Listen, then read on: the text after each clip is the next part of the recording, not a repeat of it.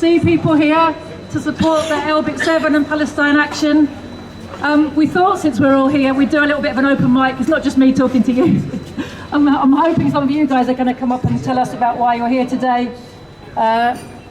Because, you know, it's a kind of, I was just talking to Roland here about what a strange situation we've been living through recently, to be watching a genocide happening in not so slow motion on social media right in front of our eyes, while our governments justify the crimes that they are committing and condoning and facilitating. To hear the people in the White House press office day after day pretend to care about the loss of Palestinian life while they fast-track weapon shipments to the bombers.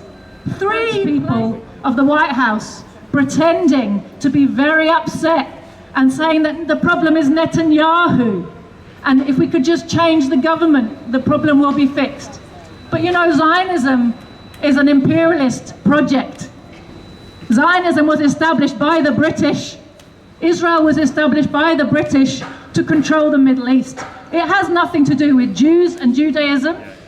The Jews were useful tools for the project of Zionist control of the Middle East. And you can tell that by the amount of money that goes from Britain, from the USA, to Israel to pay for what is essentially an army, an outsourced armed population to control the resources of the entire Middle East. And we are very grateful to the people in this country who are acting on the necessity to refuse to be complicit in this genocide. We refuse our complicity, but it's very hard and frustrating when we have a leadership that's been co-opted by a Labour Party which is tied to imperialism. So the Labour Party that pretends to represent working people in this country is just as guilty of supporting Zionism as the Tories and the rest of the British state. That's right. We've seen Keir Starmer, ever since Keir Starmer became an MP, hardly a day has gone by when he hasn't been grovelling on his knees before the Zionist lobby. Now they try and pretend to us that that means that the tail wags the dog, but we shouldn't be confused. The Zionist lobby is rich because it's funded by Western bankers, not because Israel is in charge of the West. Israel is a project of imperialism, and because it's a project of imperialism, Western leaders support it no matter what, because they support imperialism. That's their job. They don't represent us, me and you here, the masses on the streets, the mass of the world's people who are desperate for this crime to stop. South Africa, Nicaragua, begging the United Nations Court to do something. But what did we see at the United Nations Court? We saw the truth. The UN is the Security Council, and the Security Council is the USA's veto. So what is the UN in the end, apart from the colonial office of the United States Empire? That's what everybody's actions in the international community trying to get the UN to be what it pretends to be, which is the upholder of international justice and law, and they are incapable of making that happen because they don't have an army to back up their will. The armed power is disproportionately in the hands of the imperialists. Actually, one of the things that sent them crazy right now is the fact that despite the disproportionate monopoly of arms, they can't keep the rest of the world down. It's not working out for them. People continue to resist, and in the end, the people will win. But it's a long process, and we have to ally together in order to be victorious. So I'd like to thank again the guys inside there who are doing what they can to draw attention to the crimes being committed on our soil with the complicity of our government and our political leaders. And I'd like to open up the mic really to people who are here. Maybe Roland would like to say something. What happened to Roland? Hi, I'm the secretary of the Bristol Palestine Solidarity Campaign, but there's a lot of familiar faces here, so you're all got to take a turn. But I'll just give a sample of something we'll be talking about tomorrow on the Elbit rally. Somebody's got one of the flyers, could you just hold it up? Is that tomorrow? Yeah. Saturday, up outside the new Elbit factory in Filton. £35 million opened last July by the Israeli ambassador and the local MP. That's lovely. Thanks so much. Thank you. Thank you. And it's worth knowing what led to that decision for them to open the factory up there. So there's a long history. But first of all, there's about 30 arms companies across the North Bristol fringe. Some of them household names like Rolls-Royce, BAE Systems, others lesser known. And the reason they're all there is in the mid-90s, the MOD decided to concentrate all its procurement services, that's buying stuff with our money, in one place. So the big marble palace that's called Abbey Wood, next to the Outer Ring Road, is the biggest MOD centre in this country. It employs thousands of staff. It has an annual budget of £10 billion and rising of our money to hand out on contracts to arms companies. It's all privatised, by the way. It's not really ours. We just pay for it. So that's why all those companies are around there. But then why did the MOD come to North Bristol? And now we go back into the roots of history. Anybody who's local, you know the museum at the top of Park Street. When you walk in the door, look up. You'll see the Bristol box kite, which was manufactured in 1910. A rickety looking contraption that could stay in the air. But come the First World War, of course, those were really useful for surveillance and dropping things on the enemy. So they had a bit of a business boom and made a lot of money.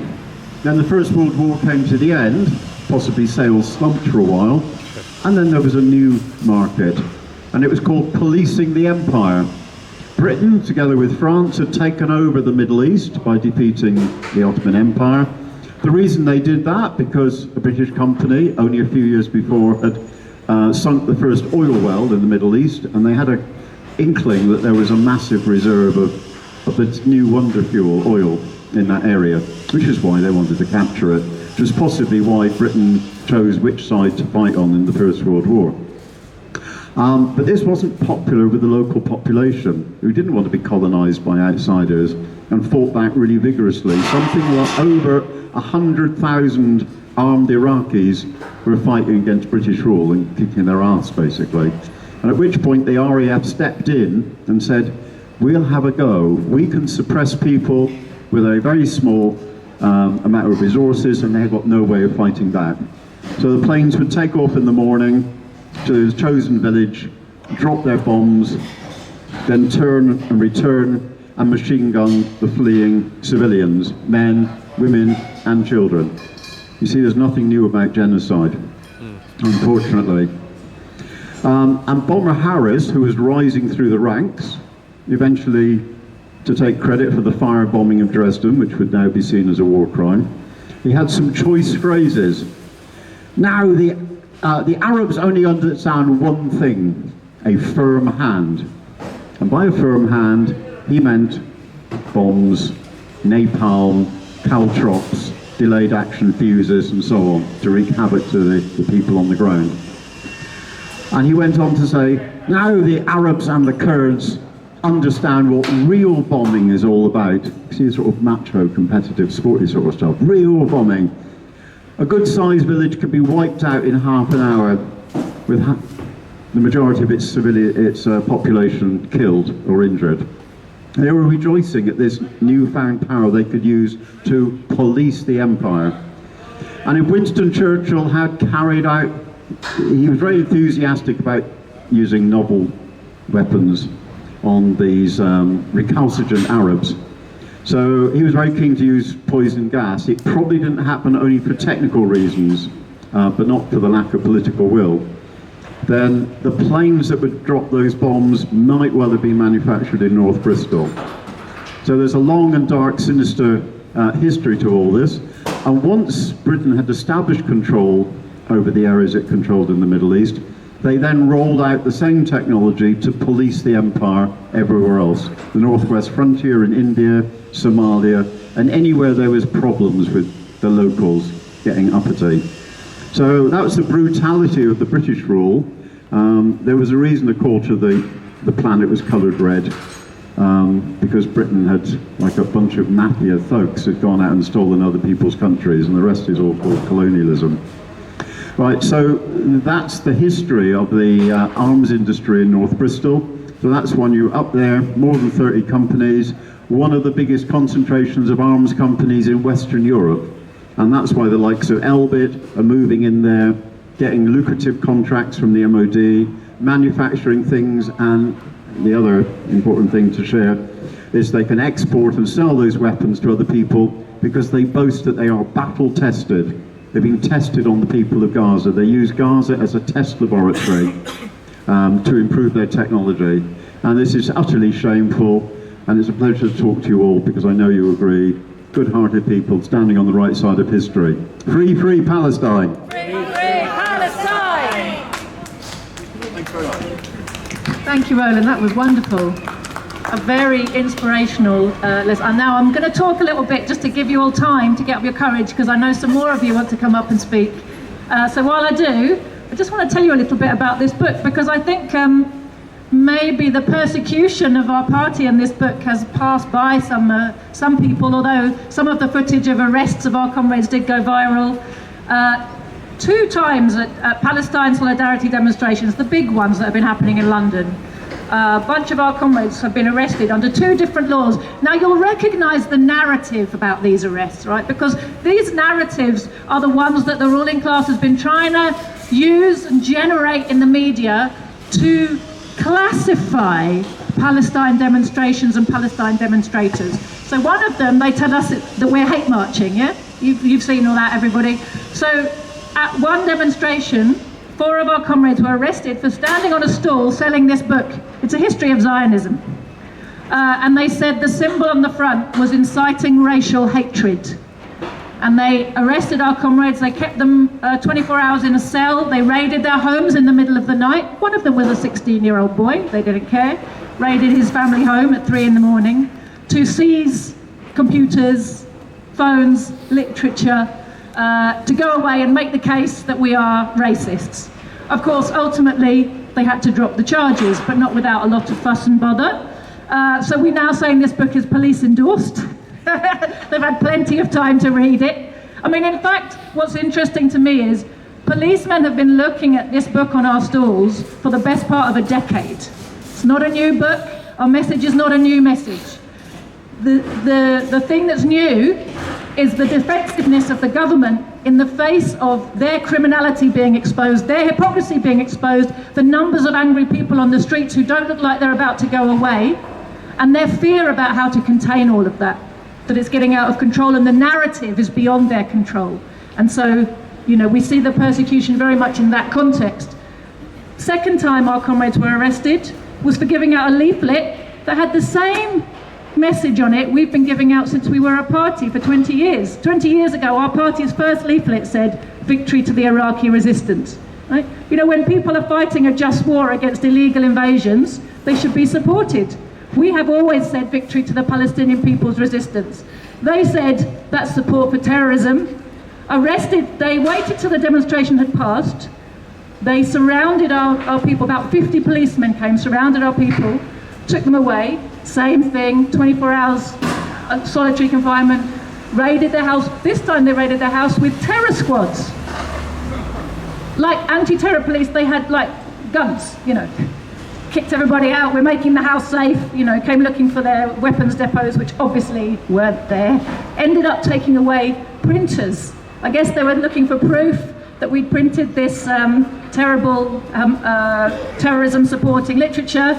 Of course, the irony was that the leaflet was colour and all the printers they confiscated were black and white. They didn't seem to have noticed that part. Anyway, we're waiting to find out what happens with those charges. But again, it's a narrative, isn't it? We've had the same message about anti-imperialist resistance around the world for 20 years. We weren't told we were supporting terrorism until the ruling class in a situation where it's got a narrative that's out of control and they're trying to create a counter-narrative, and they can report in the press, oh, terror extremists were arrested, this many extremists have been arrested, this many extremists have been charged, and they don't put the details that would explain to people who these extremists really are and what their extreme message really is. The other thing I wanted to say about all of that, what was the other thing I wanted to say about all of that? Oh yes, I know what it was, thank you. I think just to be aware of the connection between the Zionist lobby in this country and the state. what our party realized after our arrests was that there are freelance Zionist organizations who clearly aren't that freelance. They're clearly very well connected to the state machinery, because they were using Twitter to direct the Metropolitan Police to make these arrests, literally photographing who should be arrested, describing what the crime should be, and posting maps of where they can find the people to arrest, and they're atting Met Police on Twitter. That's how they're doing it. But that was, it reads like an instruction, and those are instructions that police carried out. Now this is interesting to me, because of course they can say, oh, we're just being concerned public citizens, right? But I'm pretty sure if I did an act to Bristol police and put a picture of one of you guys and said, arrest this man, nothing is going to happen. So clearly there's an institutional connection, a high up institutional connection, whereby there are certain lobbies, because of their importance to British imperialism, they are connected way above the ordinary rank and file of the police, who are giving political orders to the police that are being carried out. So this is something we should also understand, that Zionism is thoroughly embedded into the British state machinery. There's a reason for it, but we should understand it. It's not something abstract and over there. It's very fundamental to the interests of British imperialism. And we have seen, you know, it seems like despite the number of draconian laws our government has been passing recently, they still don't quite have the right legal environment and policing environment to make these charges stick. Most of the people who are arrested under these laws, especially the terrorism laws, end up not being charged or not being convicted, even if they go to court. So we see now with Rishi Sunak's meltdown on the steps of Number 10, with the changes in the definitions of extremism under Prevent. Now none of this yet is a new law, but you can see the moves towards creating a legal environment where not only they can use the law to persecute people, but they can get convictions. Because right now they're not getting convictions, because really it's baseless, the charges, and the legal framework isn't there to make it stick.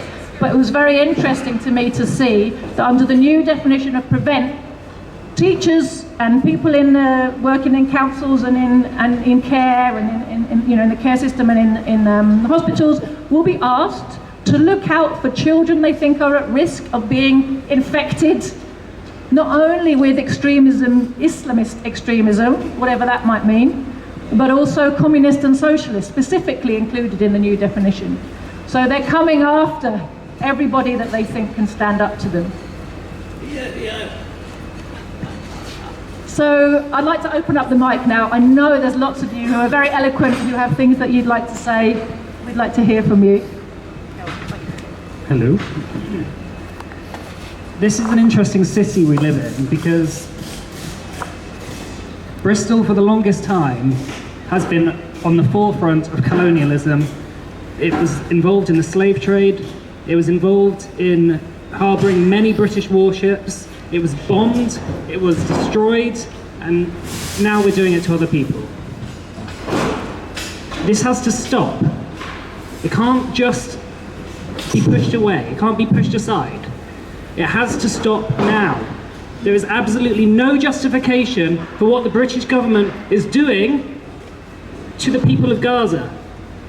The lessons of history that have always been taught to us are that the people who stand on the right side of history have always been demonized. Always. By the powers that be. Those people who stand against those who are on the right side of history will be judged by history. There is absolutely no justification. Now, I've just worked all night. I've just done a night shift, so I've been up all night. But I've come here because this has to stop. It doesn't matter how many people come out. It will never stop. The British government will not stop. They need to be gone. A third of children under 2 in Gaza are currently malnourished and starving.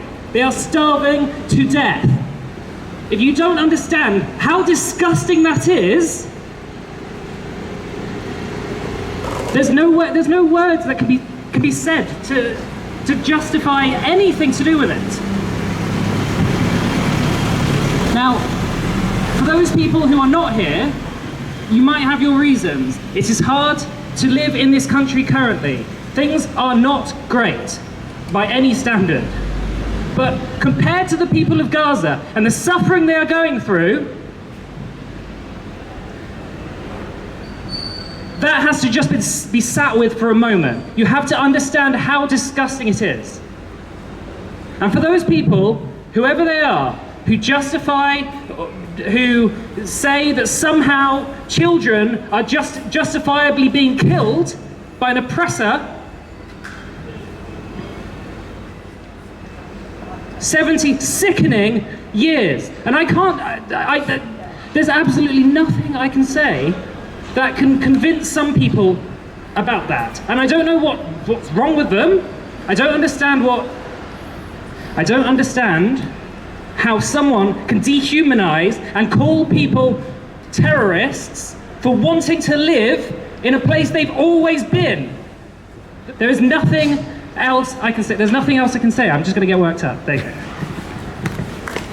Thank you, Elbit. You know, I think that's actually really powerful, love, because you're expressing what so many of us feel, which is this sense of powerlessness and frustration in the face of something so horrific that's happening in broad daylight, in the full glare of global publicity, and yet is being not just allowed to continue, but facilitated to continue, despite the weasel words of politicians pretending that they don't like it. But you know, I think that frustration and that impotence also comes from a situation where our movement, as the working class of Britain, has been systematically destroyed to the point where we have forgotten that we're a class, we have forgotten that we have power, we have forgotten that we're the ones who make everything and do everything, and that nothing actually happens without us. Even the bombers don't fly without working class people. The newspapers aren't printed without working class people. The TV broadcasts don't happen without working class people. The munitions aren't made or shipped, transported. No part of the war machine works without working class people. And what's really the travesty of the situation we're in is that our movement, the trade union movement, the anti-war movement, have been co-opted by forces that don't want us to know that and refuse to organise us to use that power. You know, back 100 years ago, the ruling class of Britain wanted to fight a war, was part of a war of intervention against Soviet Russia. As soon as they had their revolution in Russia, 14 countries all got together and said, right, let's crush this now before it spreads. And do you know what was the force that pulled Britain out of that effort? It was the organised working class. There was a massive campaign in the trade unions called the Hands Off Russia campaign. And it was so big and so popular and so successful, and it led to dockers refusing to load munitions and soldiers onto ships that were going to be bound for Russia. And the TUC, which even those days was pretty backward, but they knew the force of the feeling from below, they had to threaten the government with a general strike. And the government knew that the threat was real. They knew it was a real threat. And they didn't just back off out of the war, they quickly made a load of concessions to working people to quiet them down and send them home, because they were scared. They were scared. So the ruling class knows what the working class has forgotten, that we have power. And our demand in the face of all of this is that we need to organise another mass campaign of non-cooperation. It's no good us as individuals saying, I won't be complicit. Yes, okay, my conscience feels better, but the war carries on, and I'm left with this feeling that our comrade here just expressed so eloquently of powerlessness and frustration. We need leadership that's prepared to organise workers as a mass, because as a mass, we have all the power, and as individuals, we have none. I was just behind the camera, but now I suppose I'm in front of it. I'm here today because obviously, well, we all know that what is happening in Palestine is terrible, but the fact of the matter is it's been going on for, 75 years now, and there's a good reason for that. We can look at what the media tells us and go, why is it happening? Why is no one angry about it? Why? It's because the mainstream media lies to us about it. It doesn't give us all of the facts. And so that's why people aren't out here today And there's, of course, there's a failure to an extent as well in the movement to fail to mobilise people for that here. And I think really what the Elbit 7 have done, proper anti-war work, is really incredible, and I think that's why a lot of us are here today to support them with that. But 75 years, why is it still ongoing? It's no accident, it's no mistake, it's because the power of Anglo-American imperialism at the moment hasn't come up against anything that can overturn that. The people are so disorganised, especially after the fall of the Soviet Union, the whole movement almost collapsed. Where are we? It's almost frustrating to turn up at certain rallies, and I really feel comrades' frustration here. Why aren't people angry about this? You know, how do people go about their lives not feeling this and not doing something? It's because everything we see, everything we consume is trying to distract us, trying to make us not look at the facts. What's happening in Palestine, what's happening in Ukraine, and how that is not what they tell us it is, you know, and what's happening in past events as well. So I guess what I'm really trying to say is, don't look at Palestine as an isolated issue, don't be one of these single issue people. This is part of an entire imperialist system that is waging war on the working class across the world. And that is, I think, is why a lot of people chant, you know, we're all Palestinians, because it could happen to anyone. It's not just some kind of mistake, you know, they're not just against the Palestinians. If we started rising up and doing something about it, then they would try and crush us as well, in a different way, with different means, in a different geography. But at the end of the day, we are all working people, and we're all trying to have what's ours, have a proper economy, a planned economy that would actually not faff about and do whatever the hell happens in this economy where it's hard to even get a full-time job. You know, I'm of the age where I could have gone to uni and luckily did find full-time work, but most of my friends can't even get a full-time job. They work in hospitality and in pubs, and they can't even get all the hours they want, could barely afford to move out. That's not right. It's ridiculous in the sixth richest economy in the world that is the case. But what I'm trying to say here is that is all one problem. It's not isolated, it's all one issue, and we really need to study what is going on. And I recommend everyone here to have a look at our stall over there. We've got books on all of these matters. So I guess that's my piece. Thanks. My message is very, very simple. It's wrong to kill innocent civilians, and anyone defends that, I'm on their side. And that's my message. Anybody who isn't, they're immoral. They're psychopaths.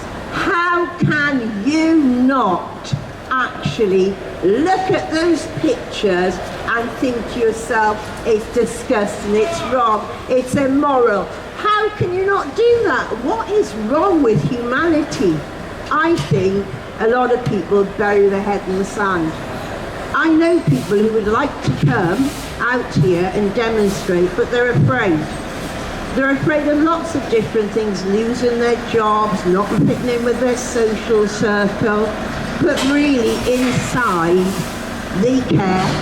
They actually do care. In fact, I do think there was a survey that said 75% of the British population actually want this to stop.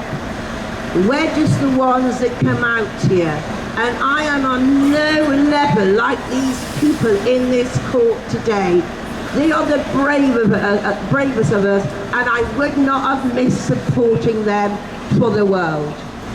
I'm going to go off on a bit of a tangent here, if that's okay. You know this lie that's propagated by the state about protecting, you know, their first duty is to protect its citizens. I mean, it is such a patent lie, because anyone who steps out of line, whether it's Julian Assange, you know, journalists, you know, actual proper investigative journalists who hold power to account, they will lose their jobs, they'll be sidelined, they'll be vilified.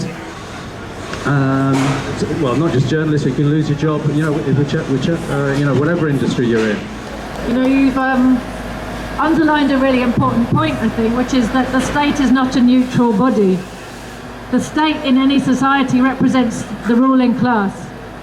And we are told that we live in a democracy, but we see every day, all the time, how democracy, the limits of democracy are controlled and curtailed so that you're free to speak uncomfortable truths as long as no one's listening to you. But if people start listening, you're going to be locked up. You are free to stand for election if you can afford it. You're free that no one will vote for you. You're free to give interviews to the media if they'll invite you on. But guess what? If you don't have the money or the connections to access the electoral rolls or the electoral process, to access the pages of the media or the screens of the TVs, no one's going to hear about you and your message. You know, so many people in our country gave up voting. Why? The media tells us it's because we're apathetic. Do you vote? Is it because you don't care? No. Look at Belgium recently. They had a whole period where they couldn't form a government. You'd find this, but nothing happened. There was no crisis. The state carried on running because the clowns in Parliament are just that. They're front people for a system that's really carrying on behind closed doors, out of sight by people unelected who are part of the system that we have no access to or influence over. But they keep us submissive by telling us that we have a say, by talking to us endlessly about democracy and free speech and equal rights. But we know that equal rights before the law is not equality, because first you have to access the law, and everybody doesn't have the same access to the law, and it's the same with every single other aspect of the British state. And in fact, when it comes to the law, what we find is that the rules really are for the little guy. The rules are to keep us idiots busy and quiet and doing as we're told, and to make us believe when something goes wrong that if we just appeal to the law, justice will happen. As far as the people are in charge are concerned, the rules are for other people. They will hit you over the head with a rule when it suits them. But if that rule is in their way, so what? Go past it, trample over it, come up with the loophole.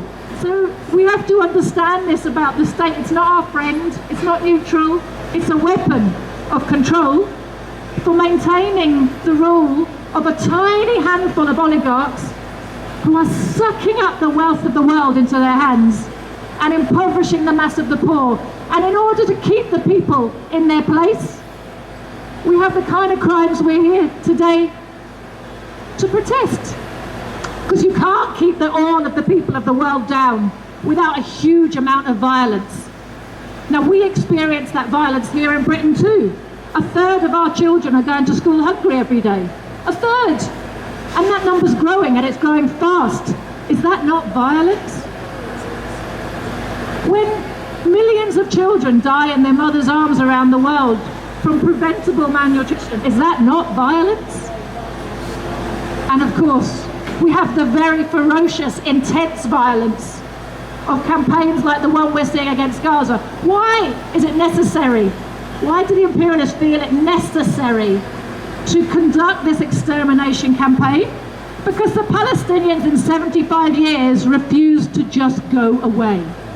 They didn't get the message that their land had been taken over and they should disappear off.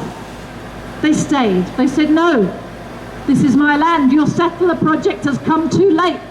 You missed the era when people could be shunted around the globe. We're not having it.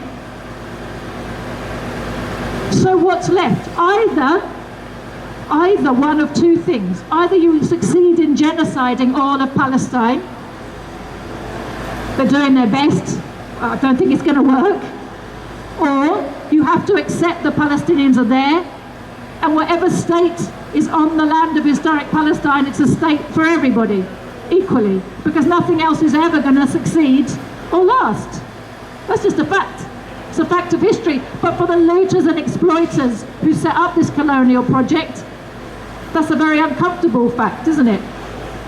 Because if the Palestinians had control of Palestine, if the imperialists were out of the Middle East, then not just the people of Palestine, but the people of the whole Arabian region, all the way up from Lebanon, all the way through, and Iran, which is not Arabic, but you know, this whole Persian Arabic region, down to Saudi Arabia and beyond, across North Africa, all those people would suddenly find themselves in a position to use their own resources for their own benefit. The looters in Wall Street and the City of London would be a hell of a lot poorer, but the people would start to have real self-determination and the chance of prosperity. So that's what's at stake. It's a battle between the super rich and the masses of the planet. And British workers are not on the side of the super rich. We don't. The bribes we get are pathetic and not worth it. When you look at the possibility of a real future where everybody has prosperity, as opposed to one where a tiny handful suck up the wealth of the world and genocide anybody who gets in their way while they're doing it. So that's what we're looking at here. As Dexter said earlier, it's all of our problem, it's all of our future. We are all Palestinians. And the Elbit activists of Palestine Action have reminded us that we need to be organising, that there are things we can do together if we organise together. And I want to thank all of you guys for joining in and for letting us join you here today. And you know, we're going to stick around, but thanks for joining us on our mic. Well, the prosecution gave a speech, a victim impact. Apparently the arms company is a victim, although some of us would say that the victims lie elsewhere, literally lie elsewhere. They denied any contact with Israel, but they only supplied to the British Armed Forces, which then passed it on to Israel. Now there are defence speeches as to why any sentences that are opposed, if they're prison sentences, should be suspended. And obviously we are hoping that, like my own case, that all the sentences are suspended. Absolutely. Although it would be better if they were given absolute discharges, but I don't suppose that will happen. Totally. Can you tell us about your case, Tony? I was convicted earlier this year. Again, Elbit, we were actually intercepted by the police, so we never got to the factory, and I was just the getaway driver that never got away. So we all got 9 months suspended for 2 years, apart from one person who was considered the Quartermaster General, who got 12 months suspended for 2 years. So. Oh, fair play. But I have been arrested just before Christmas on pending investigation. They haven't laid charges of support for Hamas under the Terrorism Act. So that was by the Southeast Anti-Terror Police. So I've been bailed now till June 30th, having just answered this week to bail. So they're really just attacks on freedom of speech. You know, what you say, your opinion or belief, literally.